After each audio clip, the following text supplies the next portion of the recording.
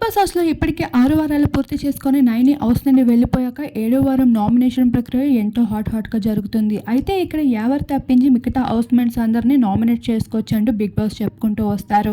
అయితే ఈ నామినేషన్ ప్రక్రియలో ఆటగాళ్ళు, పోటీగాళ్ళ టీం ఒకరినొకరు నామినేట్ చేసుకుంటూ రాగా ఈ నామినేషన్‌లో ఒక్కసారి చూసుకున్నట్లు శోభా శెట్టి అశ్వినిని నామినేట్ చేయగా అశ్విని శోభా శెట్టిని నామినేట్ చేసింది. ప్రియాంక ఎవరిని నామినేట్ చేయడం అవ్వకపోయేసరికి ఎవరైతే ప్రియాంకని నామినేట్ చేసుకుంటూ వస్తారు.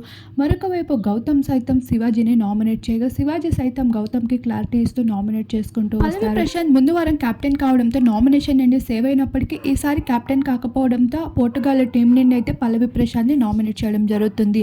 ఇలా ఒకరినొకరు నామినేట్ చేసుకుంటూ ఫైనల్‌గా అయితే నామినేషన్‌లో 8 మంది కనిపిస్తున్నారు. మరి ఈ నామినేషన్ నుండి ఈ వీక్ ఎవరు ఎలిమినేట్ అవుతారు, కెప్టెన్సీ కంటెండర్‌గా ఎవరు గెలుస్తారో అనేది చూడాల్సి ఉంది. మరి మీ అభిప్రాయం ఏంటి అనేది తప్పకుండా కామెంట్ సెక్షన్‌లో కామెంట్ చేయండి.